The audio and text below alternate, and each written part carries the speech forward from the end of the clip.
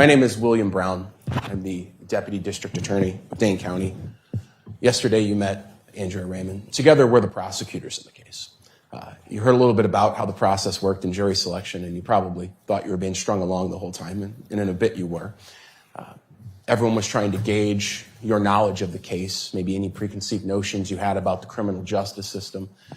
Ms. Vera asked you a lot of questions about what you would think if she did nothing and sat there, and those were good questions. I won't do nothing in this case because it would be a very short trial if I did. You're going to hear from me and Ms. Raymond quite a bit.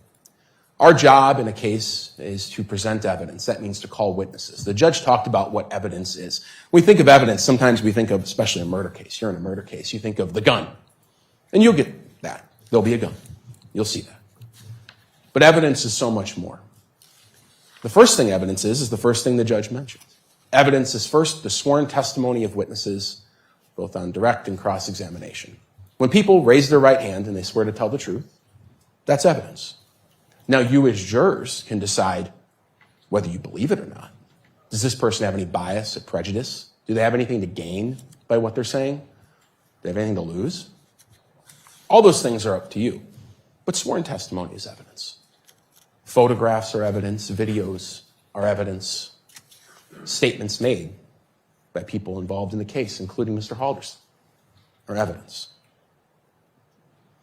Our job is to, over the course of the next couple of weeks, present evidence to show you the path of what we believed happened, which is that Chandler Halderson killed his parents, dismembered their bodies, and hid them around southern Wisconsin. We've been talking about Bart and Krista Halderson. You've heard their names mentioned numerous times by the judges here. That's Bart and Krista Halderson. I'm going to try to use some photos as I talk to maybe guide us along. Some people are more visual learners, some aren't. That's Bart and Krista Halderson, a couple in their early 50s, living in Windsor, Wisconsin, a quiet street, in a quiet house, kind of in a quiet town. If you don't know Windsor, think just south of DeForest. Or maybe if you're heading up toward the Dells, when you see the Fleet Farm on your left, if you looked right, that's Windsor. That's the Halderson home. At this point, perhaps it would be best if I told you a little bit about the Halderson family. Bart, the father, Krista, the mother. They have two sons, Chandler, the defendant, and his older brother, Mitchell. Chandler and Mitchell are close in age, but Mitchell's a little bit older. The time this all happened, living in the Halderson home, was Bart Halderson, Krista Halderson, and Chandler.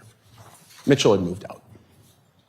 Mitchell had a job working as an IT person for a local corporation, doing pretty well in life. He's engaged, doing pretty well in life. Buying a house, adult things, growing up. But in July of 2021, it's Bart and Krista living in that house, and their adult 23-year-old son, Chandler Halderson, living in his room. Now, all of the events I'm going to describe, for the most part, take place during the first week of July, from the 1st to about the 8th. So I put up a calendar. This is not evidence in the case, I suppose. It might be. Maybe I'll mark it as an exhibit. But it's to provide some reference, and I put the little flag on there, because if you remember this year, the 4th of July was on a Sunday. Everyone celebrated, of course, all weekend. A lot of places celebrated on Saturday. But the 4th of July was on a Sunday. Now, I'm giving my opening statement. The judge told you opening statements aren't evidence. And in fact, that's the reason you don't have notebooks. I'd like to think so, you have to pay attention to me, but that's not true. It's because nothing I say is evidence. So as I say things up here, what I'm saying is what I expect to prove in the next couple of weeks.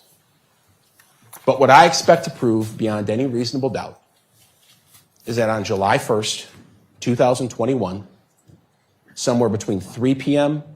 and 5 p.m., Chandler Halderson murdered his parents. It's an important date, and it's an important time to remember. July 1st, between 3 and 5. But the story doesn't start there. And this trial wouldn't be 3 to 4 weeks if the trial ended there. The story starts a week later, on July 7th, 2021, nearly a week after killing his parents, but no one in the world knowing. Chandler Halderson walks into the Northeast Precinct of the Dane County Sheriff's Office and says, "I'd like to file a missing persons report." He sits down with sheriff's deputies, and you'll meet them today, and he gives a long story. My parents, they just haven't come back from the cabin. They were there this weekend. We have a cabin up north. It's in White Lake, up in Langlade County. It's pretty far up north, a couple of hours. They just haven't come back yet. They were going to come back Monday or Tuesday, and I don't know where they are. Who were they with? The deputies ask. I don't know. I helped them pack Thursday night. They must have left Friday early before I woke up at 6. Who'd they go with? I don't know. Where are their cars? Well, they're still at the house. What'd you help them pack?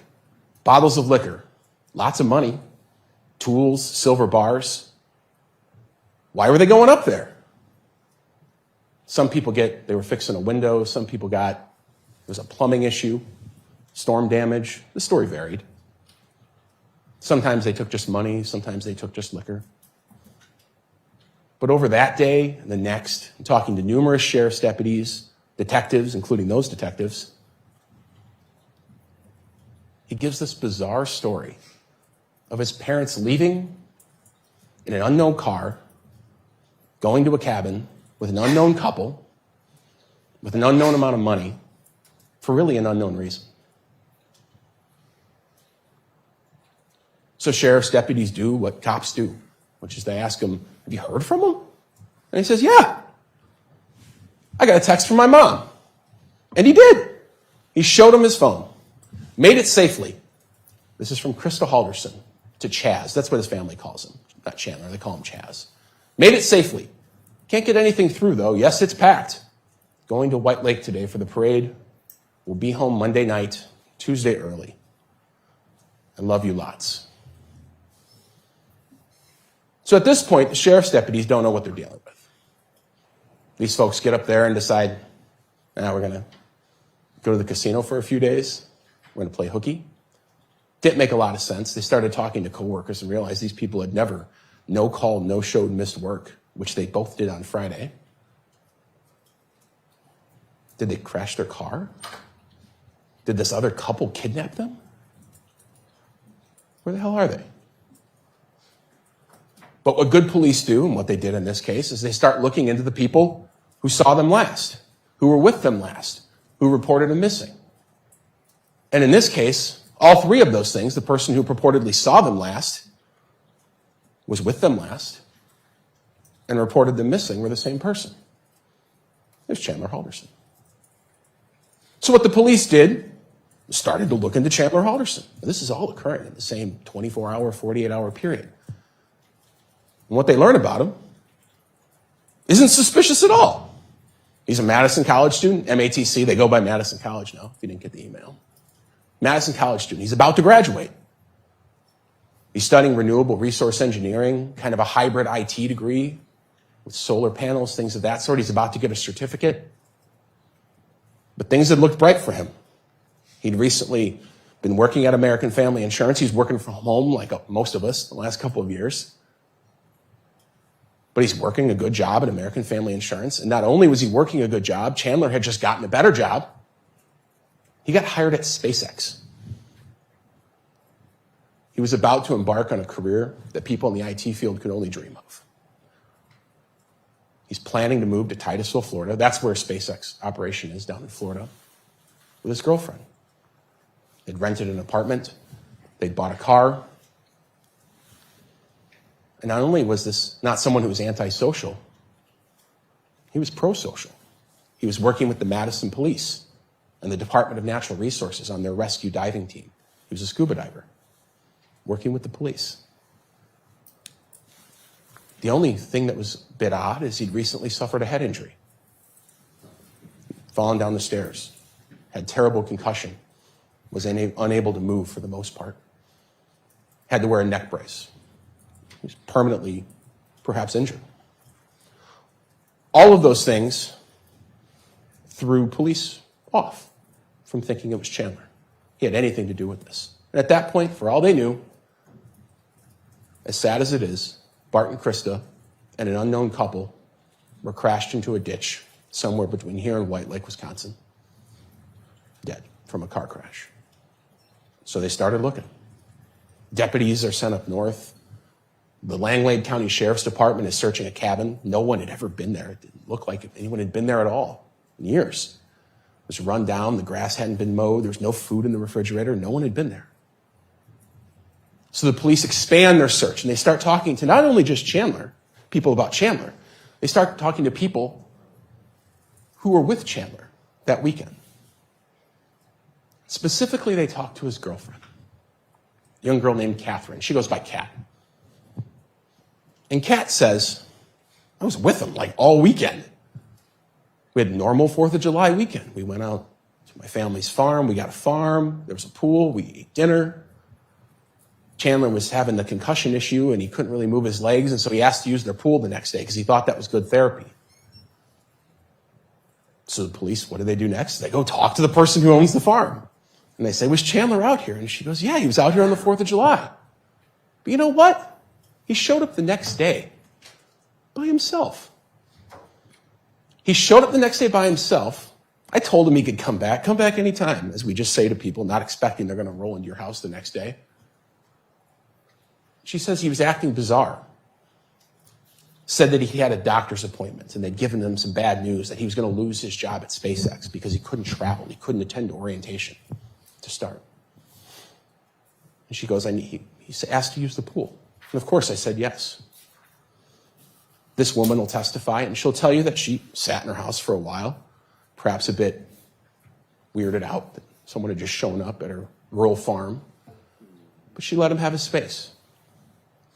But about an hour later, she goes down to the pool to check on him. He's not there. No one had opened the pool. No one had been in the pool. But she sees his car. And it's parked out in the field, away from the pool, backed in toward where that grass is a bit longer, and had its hatch up. She thought, boy, that was strange. But she thought maybe he's just on a walk. So she goes in the pool. She said, I'm just going to go in the pool. If you remember that weekend, it's extraordinarily hot. She starts swimming. She says, then I see Chandler. He's walking out of the woods in that area. Now, at this point in the investigation, the police are out there with this woman. They're out on the farm. And she says he walked out over there. And you'll hear from the Detective Brett Baverstock, who was out there. And he'll tell you that his eyes kind of shifted up and he saw vultures. And I promise the photos are only going to go this far for right now. But the police walked about 20 yards into the woods, and in that pile of debris, under dozens of sticks, bushes, and dirt, they found Bart Halderson. Now, when I say they found Bart Halderson, I need to explain that. They found a human torso. Someone had crudely chopped off the head, the arms, and sawed off the legs in the middle of the thigh, leaving the underwear on and the beginnings of the pants.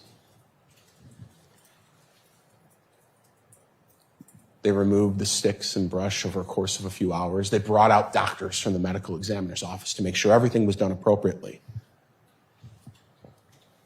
They rolled the torso over. There were gunshots in the back.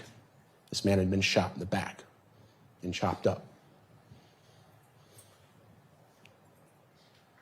At this point, the farm, a beautiful farm, cultivated for years with wildflowers, kind of an Eden of sorts, was turned into a crime scene. Police swarmed the place. Drones were in the air. Cadavers, dogs were on the ground. Everyone's looking through absolutely everything they could, but it's a farm. There's a million places things could be. But one detective said, look at that in the woods. I said, that a garbage can full of a tarp? It was. And I'll tell you that tarp was taken to the Wisconsin State Crime Lab eventually. Bart Halderson, Krista Halderson, their blood was all over it. Another detective said that spot where Chandler was walking out of the woods, there's an oil barrel there, like an old fuel tank with a hole in it. That's right where the car was parked. So she peeks her head in. And that's what she sees.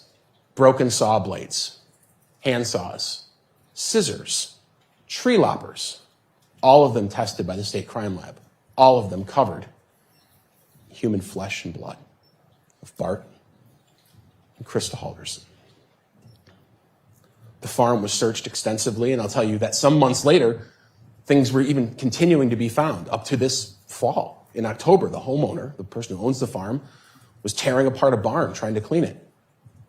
And there in a barn about 100 yards from where Bart Halderson was found, the murder weapon, behind a bunch of boards on the side of the barn. At this point in the investigation, the police knew they needed to start talking to Chandler. He's seen coming out of the location where his dad's body was, just brutally chopped apart. The tools, the cutting instruments are found there. So they do what police do. They bring him downtown. But they ask him, and he's at the house, and they ask him and his girlfriend to come downtown with them. And they do. And that girlfriend, Kat, is in one room, and Chandler is in another. Chandler, and you'll see this, we'll play it, for over an hour meets with police, and again regurgitates this odd story of his parents with this missing couple in a random car, going places that no one really knew. Where Kat, in the other room, she's vomiting information to the police. Literally vomiting at times, but also vomiting information in terms of she has her phone out. She's giving them pictures. She's providing every single detail she can because she'll tell you when she testifies. She's one of these people that watches these crime shows. And she knows when someone's missing, you got to exclude the people closest to him first. And she thought, that's what we got to do.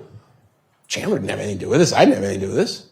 We got to get to the people who did. And the first step is we got to exclude us. She didn't for a second think that Mr. Halderson had done anything wrong. She thought she was with him most of the weekend.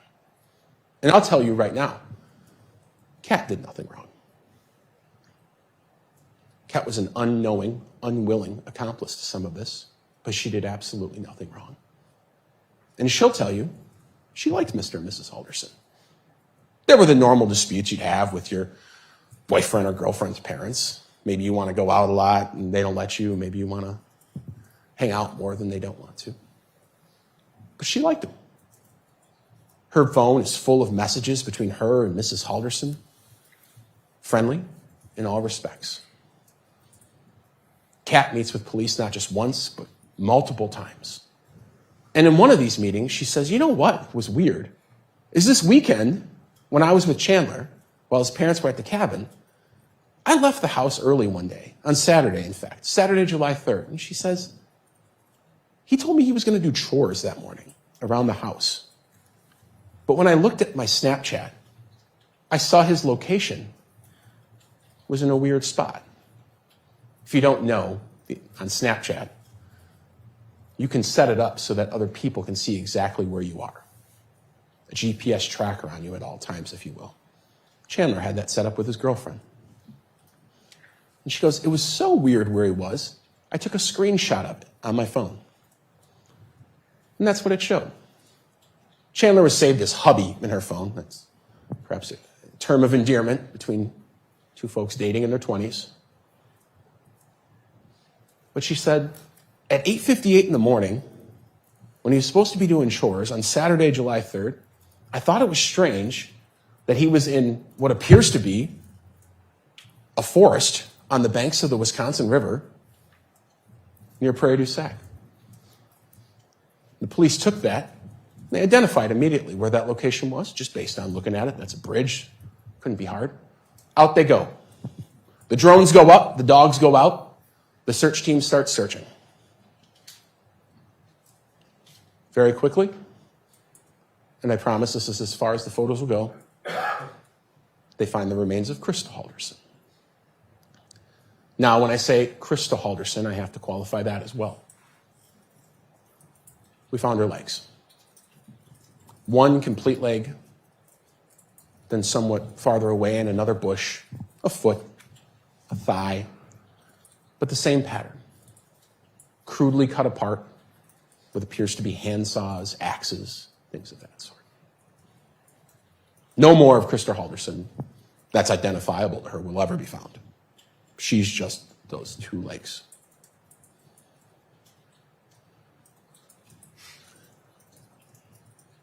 At this point, the police thought, this is just a strange location. Why would Chandler be out there? He'd been out there before. And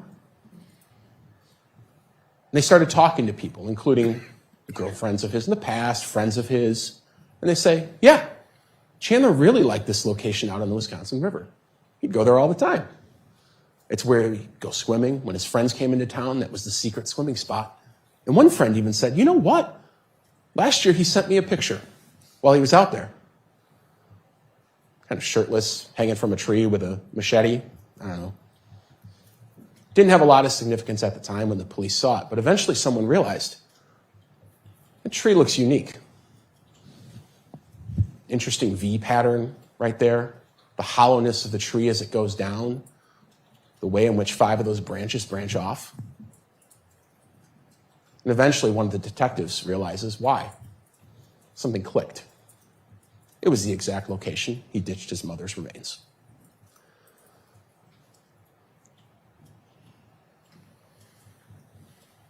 That's about 100 feet away.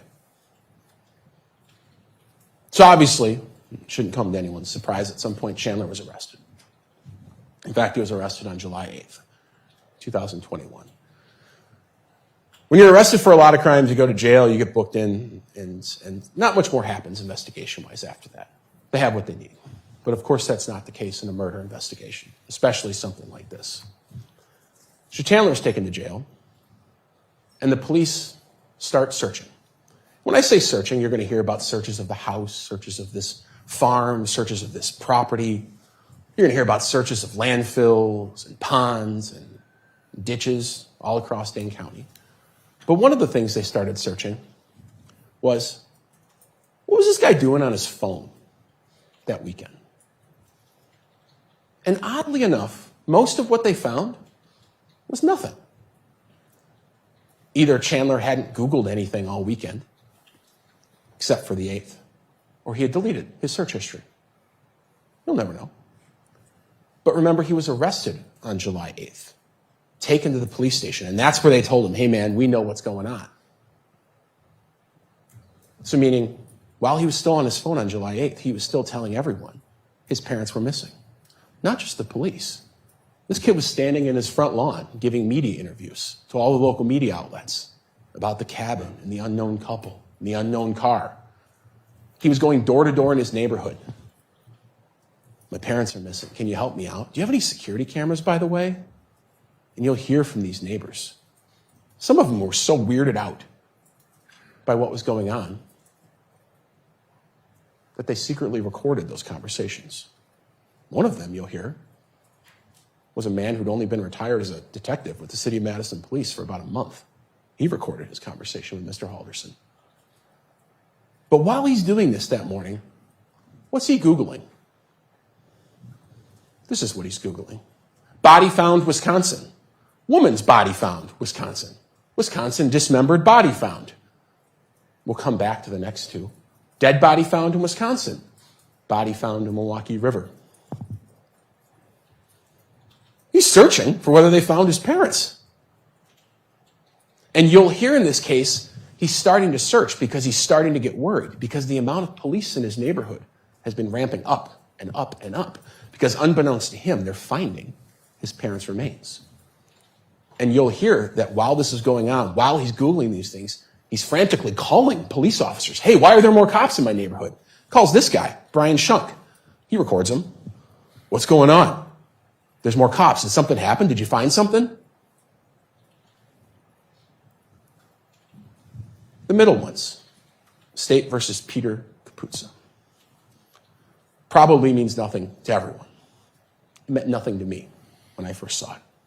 The name rung a bell, and I wondered why. Not only does it show he Googled State versus Peter Capuzzo, it showed that he clicked on a link on the Wisconsin court's website and read something. What he read was a legal case, much like this one is the State versus Chandler Halderson. The State versus Peter Capuzzo, though, was a case that made it to the Court of Appeals based on some legal technicalities about a man who dismembered part of his family members and threw their bodies in the river. So at the same time, Chandler Halderson is going door to door in his neighborhood, crying about his parents being missing, talking to the local news, telling sheriff's deputies, signing documents saying they're missing.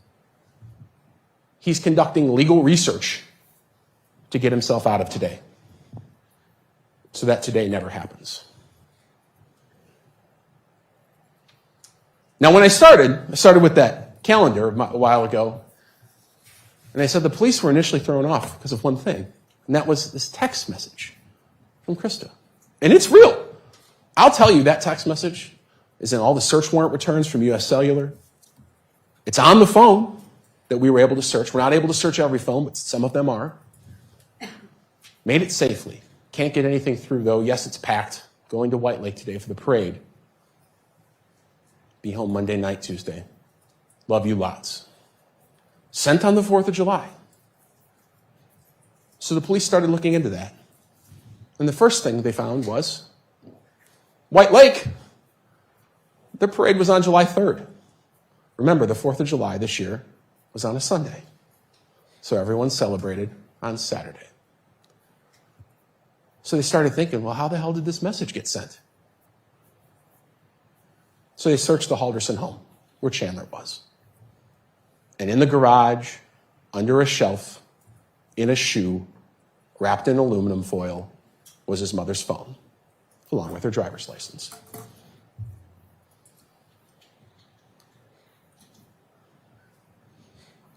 Police would later subpoena the records from U.S. Cellular, the cell phone carrier that covers Chandler and the family.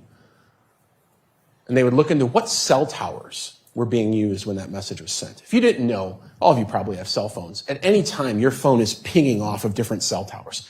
It's not always the same. As you sit here, half of you might be using one tower and half of you might be using another. It's based on the workload of those towers. You'll hear about that. But it's generally an approximate area of where you are. That message on July 4th, Krista there's in pink, Chandler's in green. The message was sent from the Halderson home on July 4th. Chandler sent it to himself. So at this point, the investigators began to wonder, and perhaps you're beginning to wonder how the evidence will come out. How does this happen?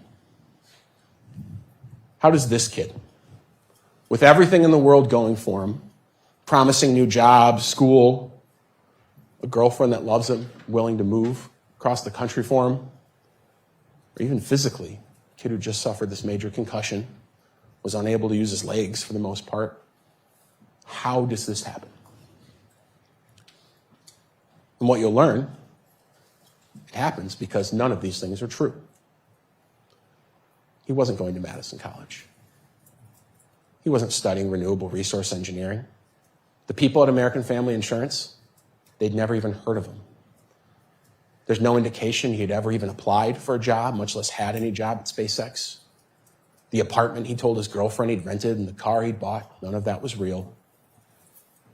The Madison police, they don't even have a scuba diving team. Neither does the DNR. And this concussion he apparently suffered, he did go to the hospital. And you'll hear from the doctor who was there.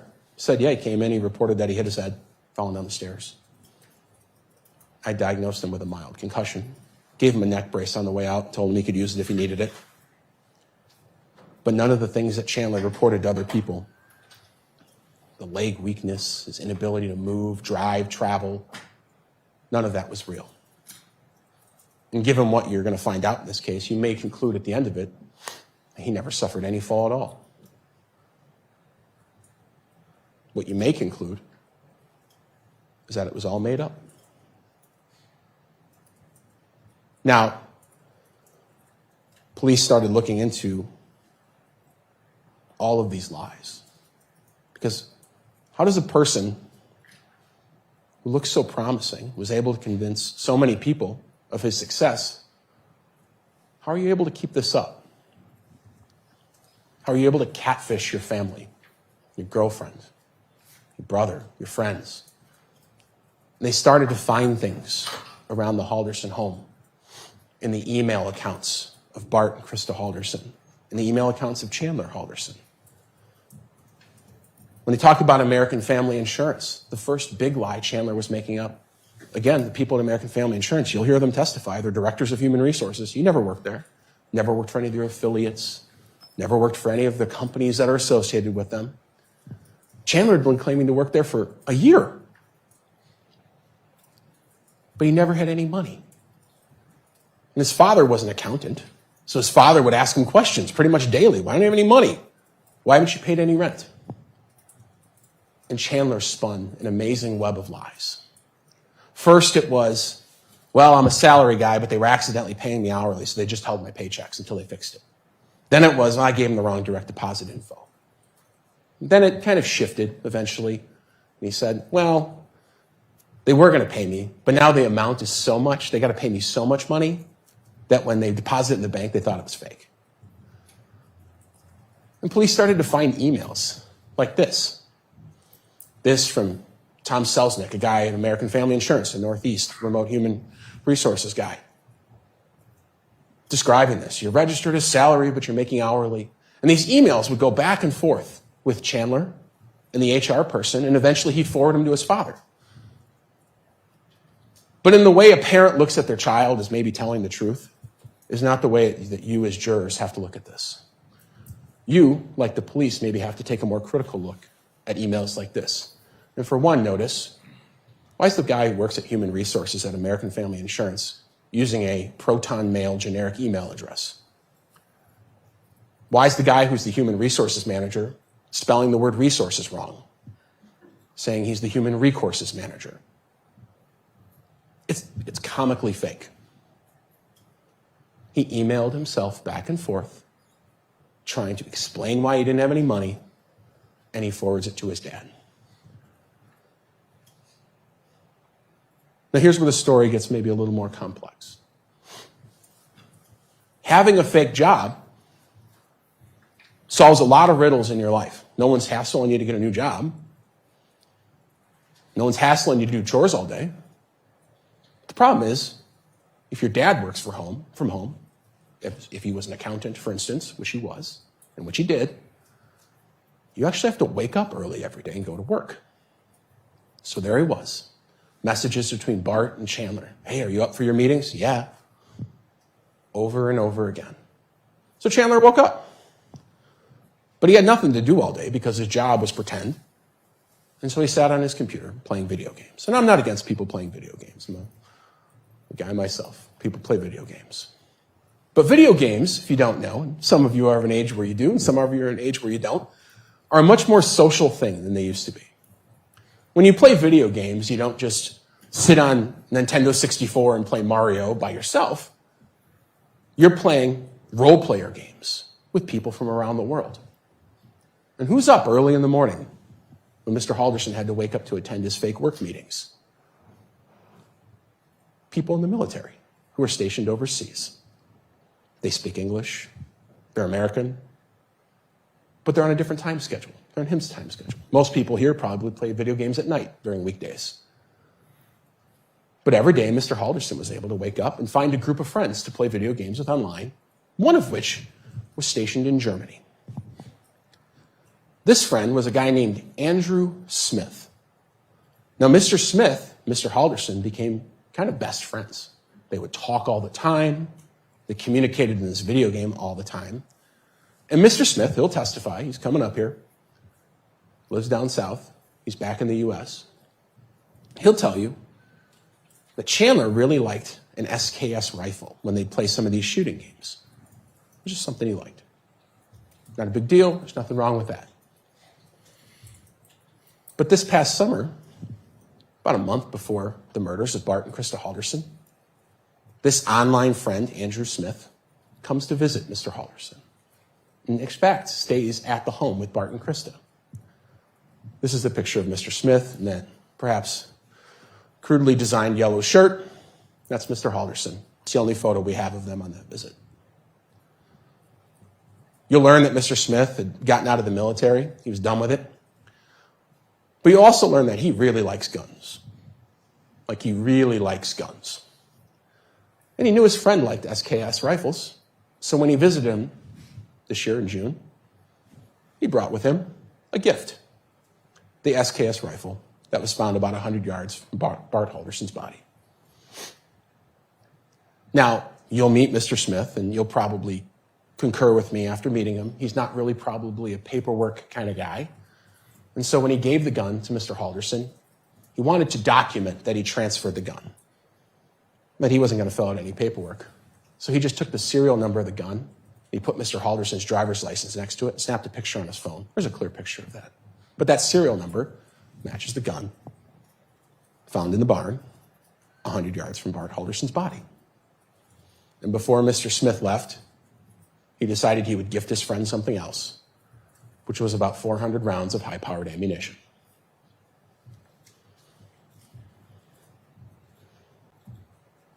Now, you'll hear from Mr. Smith. Despite maybe his bizarre actions and maybe his bizarre statements he may make, he's not a suspect. Police proved he was in Texas at the time all of this happened. Another unknowing accomplice to Mr. Halderson's crimes. So at this point, Mr. Halderson's working a pretend job at American Family Insurance. He's not getting paid. His father, who's an accountant, is kind of on his case about it. And he's got to figure out something else. And the best way out of your pretend job is an even more pretend job.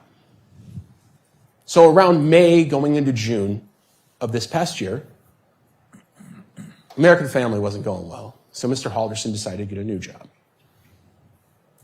He's going to be an astronaut. I work at SpaceX. This is messages to his girlfriend.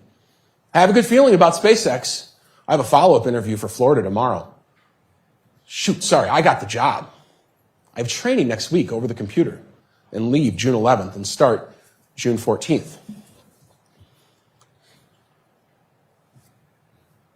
He didn't give himself a lot of time, but what he gave himself was an escape hatch. He could move. He could end the lies that he had going on in his life about being a rescue scuba diver and working for American Family Insurance by simply moving to Florida. That presented with it one major problem, which was that job, which was also make-believe, would pay absolutely no better than the last job that was make-believe. So in late June, as he's supposed to start the job at SpaceX in Florida for Elon Musk, something happens in the Halderson family, something real. There's a change. Remember when I started off and I said there were two sons? His older brother gets hospitalized. That's real. It happened. Got diagnosed with diabetes and was having some complications. He's doing great now. Mr. Halderson uses that as an excuse to delay starting at SpaceX. It was a stroke of good luck for him, a stroke of bad luck, of course, for the family, but a stroke of good luck for him. But that only gave him a couple of weeks. So his brother, who's doing really well in life, engaged, house, real job, making a lot of money, suddenly he's in the hospital, being doted over by his family, by his mother. People care about him. So roughly a week later, when Chandler Halderson needs to think of a new lie to get out of the SpaceX lie, guess who ends up in the hospital? Being doted over by his mother and his family with a supposed neck injury. This is Father's Day of this year, in late June. That's Bart Halderson in the middle, Mitchell on the right. And of course, Chandler wearing a neck brace that no one told him he had to wear on the left. Now, around this time, Chandler started telling people an extraordinarily bizarre set of claims. That he had a brain bleed, a hematoma, that he had spinal damage, that he needed his head drilled open, that he had inability to use his legs at all. Couldn't drive. People had to do that for him. That he had nerve damage, that he needed to get a colostomy bag. But most importantly, he couldn't go to Florida. The doctors had told him he couldn't fly. Of course, that's not true. You'll see his medical records and you'll see his doctor testify. So suddenly this man,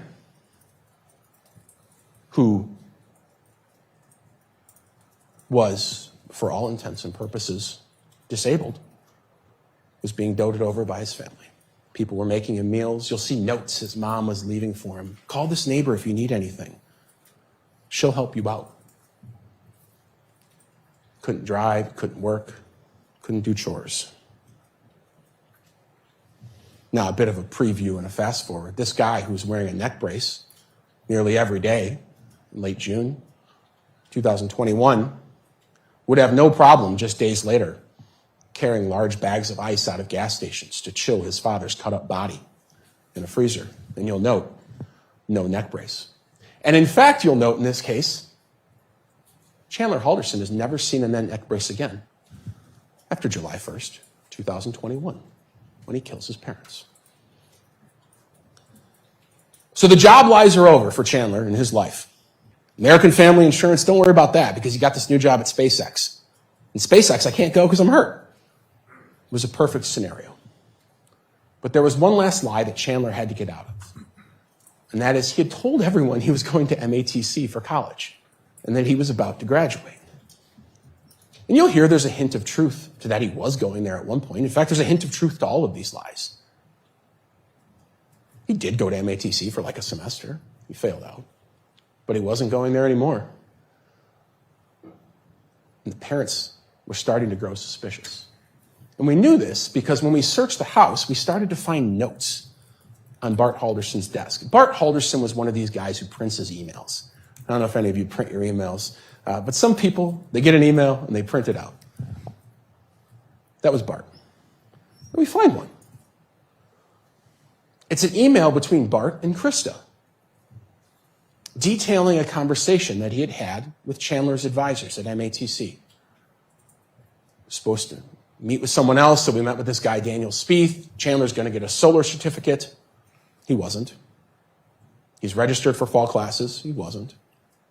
He's in the IT program. He wasn't. All of these things, line by line, none of them true. But Bart Halderson talked to this person. So police honed in on something.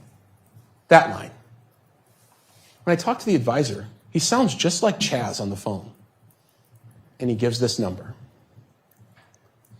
That is, of course, because Bart Halderson, when he talked to Chandler's college advisor, was just talking to Chandler, who had bought a burner phone, cheap phone from like Walgreens that you can buy with no service carrier. And police know that because they searched Chandler's bedroom, and in his desk drawer, they found that phone.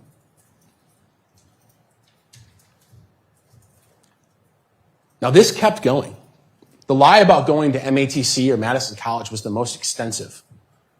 There were emails, dozens, if not hundreds of emails going back and forth between supposed advisors at MATC and Chandler, and then he'd forward them to his dad from people like someone named Alyssa Brandt, 64. Sometimes Chandler would spell Brandt, B-R-A-N-D-T, sometimes just with a T and no D, depended on the day. But they all had the @Gmail address, not @madisoncollege.edu. And you'll hear from the people at Madison College, their people have real emails. They don't use Gmail.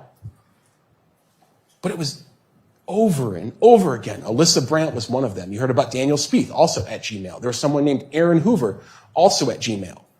In this one, Chandler's getting upset. I have to have a call with whomever's in charge within the next 30 minutes. I have been a student for over 3 years, and I will be treated fairly. Of course, he's yelling at himself. All of these were fake. Back and forth to himself, and eventually to his dad. The Halderson parents had to have been growing extraordinarily frustrated. Kid wasn't getting paid. He was injured suddenly. His college transcripts aren't coming through, so he can't get a job. So police looked at that original note again. They saw something interesting, which is in this sea of fake people, Daniel Spieth, Aaron Hoover, Tom Selznick, Alyssa Brandt, there was one name that stood out, Omar Jobe.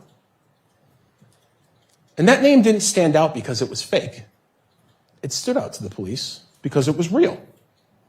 That is the only real person on any of these emails. And what we've discovered in this investigation is in just the day and a half prior to being murdered, Bart Halderson, Chandler's dad, called MATC and pretended to be Chandler to try to finally get some information on what's going on. Just as any of you could call any doctor and pretend to be your kid, you know their name, their social security number, their birthday, you can get through. You can get through those minor security things. Bart called MATC, said, I'm Chandler, and I want some answers. And for 17 minutes, Bart Halderson, just before his murder, talked to a man named Omar Jobe. Omar Jobe is a entry-level customer service guy at MATC. He's got no skin in the game, doesn't even really remember the call, but it was recorded for customer service purposes. And Bart Halderson questions Omar, and he's very mean at first. Because in his mind, he'd been getting screwed around for a year on where his son's transcripts were and what degree program he was in and why he hasn't graduated yet. But toward the end of the call, Bart asks Omar Jobe, hey, do any of these people work there? Alyssa Brandt, Daniel Spieth, Aaron Hoover. And he's told no, they've never worked there. And in fact, they haven't. And he says, that'll be it then. That'll be it then are the last recorded words of Bart Halderson alive.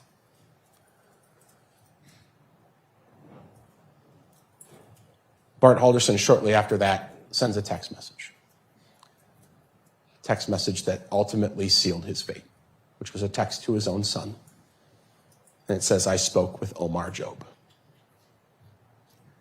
Now, what happens over the next 24 or so hours is a bit unknown. Homicide investigations are a lot of unknowns because the two people who are the victims, who maybe know the most about what happened, are of course dead.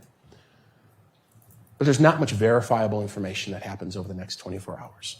It's also unknown if Chandler even knew who Omar Jobe was. Of course, he wasn't going to MATC, so why would he know who some lowly entry-level customer service guy was? He wouldn't. But Bart Halderson did. And when you look at Bart Halderson's work calendar that he maintains at his accounting firm, you see something quite interesting. Remember at the beginning, I said I wanted you to remember a date and a time, which was that the Haldersons were killed between 3 and 5 p.m. on July 1st, 2021. Guess what was on Bart's calendar at that exact time? He was supposed to have a meeting with the people at MATC with his son. So he's supposed to go to MATC and have this meeting at 3 o'clock on July 1st, 2021. Of course, that meeting couldn't happen because he wasn't going there, and none of the people were real, but Bart Halderson knew that. Bart Halderson knew that. And so Chandler had obviously figured that out at this point. There was no way out of this one. You can't get out of this lie. And so the next day, Chandler Halderson wakes up on July 1st and starts messaging his girlfriend. 7:26, I hardly slept. 7:27, stuff hasn't been going well for me lately. Just trying to plan for the next thing to fuck me over. 7:51, I had a great future planned. It's falling apart. 1:04, just 2 hours prior to the murders. I overheard they might go to the cabin with their friends, but I don't know. So somewhat of a full circle at this point, that's the moment Chandler Halderson decides to kill his parents and engage in this bizarre story of them missing at a cabin with an unknown couple in an unknown car at 1:04, July 1st. Now, shortly after this message, just about an hour and 10 minutes, Bart Halderson's getting ready to go to MATC for this meeting. Perhaps to confront Chandler. Perhaps Chandler's going to confront him. Bart texts Chandler, "I'm ready whenever you are." That's about 50 minutes prior to when he was killed. Those are the last words ever recorded of Bart Halderson. His phone is never used, really. Again, he dies at some point. He never goes back to work. No one ever sees him. The neighborhood he lives in, riddled with security cameras, never see him again. I'm ready whenever you are. What the evidence will show in this case is that sometime after the "I'm ready whenever you are" message, and probably just around 3 o'clock when he was supposed to go to this meeting with MATC, Bart Halderson was shot in the back multiple times with a high-powered rifle. And after shooting his dad, Chandler texts his mom, "Dad's phone died. Text or call me. And get sewed on your way home. I have an extra hour of work." You know he didn't have an extra hour of work, but he was delaying her getting there because the evidence will show he needed to move things around, prepare for what he was about to do when she showed up. She responds, "Kay, I can," smiley face. Those are the last words of Krista Halderson alive. Shortly thereafter, around just after 5, neighborhood security cameras, the Haldersons didn't have one, but the neighborhood, a lot of people did, show Krista pulling in, getting out of the car, walking in. She's never seen again until her legs are found out by the Wisconsin River. But just after killing his mom and his dad, the evidence in this case will show that Chandler went on his phone. If you go on your phone, I don't know if any of you have ever taken a note. You can take notes on your phone. iPhone has an app called Notes. We got some raw data, and I'll put it up here in a second. I won't put the raw data because it's a bit challenging to see. But Chandler creates a note about 5:11 that day on July 1st, probably minutes after killing his parents. And the note reads, "Weekend chores, H2O2 lemon." H2O2 is the chemical name for hydrogen peroxide. You'll hear from people in this case, it's essentially a household cleaner to clean up blood. Lemon, it deodorizes things. Mixed together, it's a pretty cheap cleaning product you can have at home. So Chandler writes a note after murdering his parents, "H2O2 lemon. Door handles. Move your shit upstairs.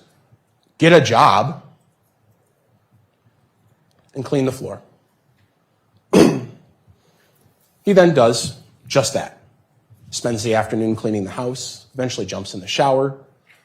We know he's in the shower because his girlfriend and him FaceTime when they're in the shower. No judgment, but that's what happened, and the girlfriend took a screenshot. We know he's in the shower. They say they're good nights, and Chandler says, "I'm going to bed." But he doesn't. He goes to gas stations. He's carrying out large bags of ice. Because what Chandler had done that night is what you all probably suspect by now. He had dismembered his parents, or at least started the process, and had to fit them inside of freezers that were in the Halderson home. You'll see some of these freezers, they're cleaned, but there's still some evidence around. That night, I'm not going to show many photographs for a little bit, just because I think you deserve to kind of be eased into some of the things you're going to see. That night, what appears to have happened, what the evidence will show, is Mr. Halderson took items from around the house and began cutting apart his parents. Saw blades covered in Bart and Krista's blood. An axe, Bart and Krista's blood.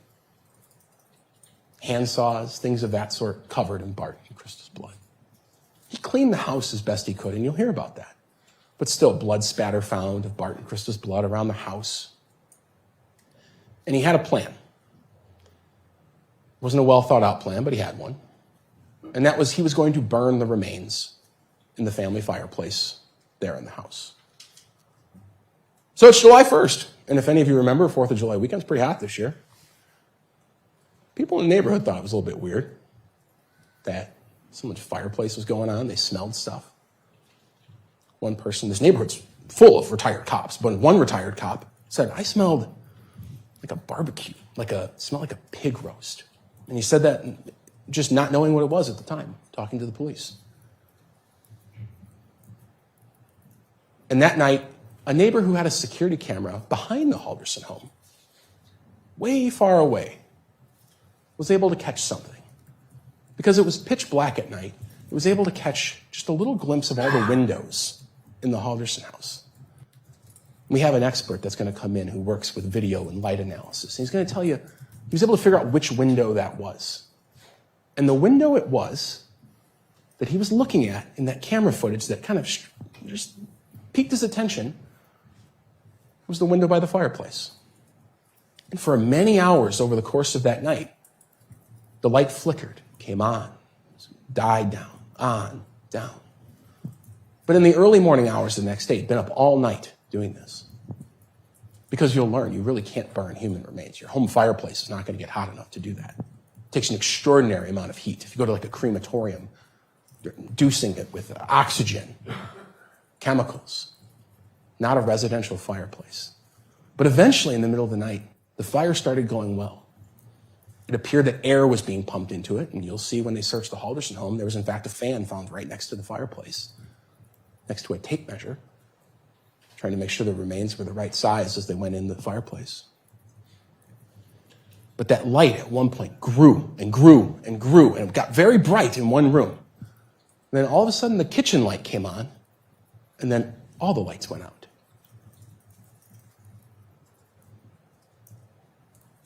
I don't know if anyone's ever taken a hot Pyrex pan out of the stove and put water in it, or dumped hot water on your windshield on your car in the winter. But it explodes the glass. The evidence in this case will show that what happened was the fire had gotten out of control, burning these human remains. Human fat was rendering out. It was igniting. So Chandler threw water on it. But when you throw water on your residential fireplace, you break the glass. And that's exactly what happened. Just above that broken glass panel, which is clearly shattered, you see the paint kind of bubbled off from the heat. This is in the search of the home some week later. Fireplace is clearly used. The police noticed something interesting about this photograph, which is, despite being clearly used, the logs are rebuilt. Someone had cleaned out all the ashes and rebuilt it. Clean logs, newspaper, one burnt piece in the middle. But what stuck out to police right away was that little rock right there. They thought, what is that? You'll hear from the people who collected this evidence. You'll hear from an arson specialist from the Department of Justice, a guy named Bill Boswell, who come in. You'll hear from a forensic anthropologist, a doctor named Cristina Figueroa Soto, who will tell you, we were all interested in what that was because it was out of place. So they pulled it off and they put it on one of these fancy police deals. And the forensic anthropologist took one look at it. And she said, oh, this is a human skull. He had burned his parents' heads in that fireplace. Later, the police would go through the ash trap of that fireplace, and they would find human remains, facial bones, the knee bones, which, because we found Krista's legs, by deduction, had to be Bart, all in the ash trap of that fireplace. They were all cataloged. Now, burnt remains can't be tested for DNA. There's no biological material left, but they're able to tell it's human based on the structure of the bone. And you'll hear from the anthropologist who will talk about that. So that's what happened on July 1st. Now, you're going to hear about all of those days in between Bart and Krista dying at 3 o'clock on the 1st, all the way through the police report. But to summarize, Chandler stayed up all night that night of the 1st. Obviously, things weren't going well, burning his parents' remains. So the next day, perhaps not having slept, he walked into Fleet Farm at 7:21 a.m. to buy a tarp. He's on video. He knew his girlfriend was spending the night that night, so he spent the whole day cleaning. But he's sending her text messages, which you'll see throughout the day, asking her to bring him hydrogen peroxide and a mop, because he still needed to clean up. The next day, Saturday, July 3rd, 2021, his girlfriend leaves early in the morning. That's the day she snaps that picture of him out by the Wisconsin River dumping off his mom's remains. Spends the rest of the day hanging out. But when he goes home and says he's going to bed that night, this young man who supposedly couldn't drive or carry heavy objects, his phone records show that he's up near the Wisconsin River in Portage, as if you're driving the interstate up to the Dells, right when you cross the Wisconsin River, off in the state land there to the right. For about an hour, in the middle of the night, the police tried to search that area. It was impossible with the currents. Whatever remains were thrown in there are lost forever. July 4th, 2021, this is the day he texts himself. Spends the day with his girlfriend's family, goes to their farm to use the pool. That's the day he says, hey, can I come back tomorrow? Goes to some fireworks. He's living a normal life. No mention of his parents. The next day, takes out the garbage in the morning. Who knows what was in that garbage can? We've thoroughly searched the landfills, but it's impossible to find anything. But he took out the garbage. He goes out to the farm to supposedly use the pool where he's seen walking out of the woods. Cell phone tower records prove that he was out there on the farm. Remember I told you he told that person that he was having trouble at work and school and having a bad doctor's appointment. He never went to any doctor's appointment that day. Phone records show he never talked to any doctor. It was all a ruse to be able to go out in the woods and hide his father's body. The next day, not much happens because Chandler was up all night. Again, that light analysis shows all night, the garage light on and off. The garage, of course, being where we found some of these tools, the axe covered in blood. He's cleaning up. At 4:30 in the morning, for no apparent reason, he drives around the city of Madison. There's no idea what he did there. But he's not doing much. But people begin questioning him about his parents. He just says they're late. The person most worried, perhaps, is his girlfriend. She thought that was unlike them. The next day, he drives back to the farm, throws a bag of bloody rags into their garbage can. It's out by the street. And at 11:22, he texts his girlfriend that he's finally going to the police. We know that bag of rags came from his house because they were in the Target bag his girlfriend picked up from Target. And she did the curbside pickup. So her name was printed on the outside. It was when she brought him hydrogen peroxide. He filled the bag with bloody rags and left it at the house. The next day, he starts Googling body found, Wisconsin dismembered body found. He's walking door to door asking about security cameras in his neighborhood. And at 4 p.m., they take him downtown and they arrest him at 6:41. So that's the story. That's why you're here for a couple weeks. Like I said in the beginning, a lot of cases end with the murder. This one, it's just a small piece of the puzzle. None of the things that happen after and none of the things happened before make any sense without knowing the murder happened on a specific day at a specific time. But the evidence in this case you'll find is overwhelming. Chandler Halderson killed his parents on July 1st, 2021. He cut up their bodies with axes and saws and knives. And he didn't even give them the dignity of having a funeral or even a final resting place in one piece or together. Their remains were scattered across Dane County, in public land, on farms, in garbage cans, in rivers, and perhaps every ditch is a possibility in this county. You'll find the evidence in this case is overwhelming. Now, over the next couple of weeks, I'll make you a couple promises as your prosecutor in this case. I'm not here to waste your time. But of all the constitutional rights we talked about of Chandler, he has them. I want you to respect them. There's another one that you should know, which is this is the only time we get to have this trial. You get one trial in the United States of America, and I have to do it right. So if that means calling a lot of witnesses, I apologize in advance. If it means calling experts to say things that maybe you already know, I apologize in advance. But I'm going to do my job right as your prosecutor. Second, you're going to see terrible photographs. There were approximately 5,000 photographs taken in this case. You're going to see maybe Total, a couple hundred of actual body parts, maybe a couple dozen. We have scoured those photographs and tried to remove ones that are just horrible to see because of the conditions the bodies were in, because of insects and maggots and things of that sort, and instead are trying to only show you photographs that help you understand how the remains were hidden, where they were hidden, how they were dismembered. To the extent possible, we're using cleaner photographs that were taken by the Dane County Medical Examiner. I promise you, I'm not trying to pull on anyone's heartstrings. I'm not trying to make this overly emotional. You might feel emotional. I suspect many of you have never seen anything like what you're going to see in the next couple of weeks. But I promise to do my best to limit the amount. And lastly, I promise to just ask questions, a lot of questions, because you're the jury in this case, and you deserve to hear absolutely everything. It will be a struggle. You'll get sick of walking back and forth to these jury rooms. You might get sick of each other. I hope not. But it's an important task.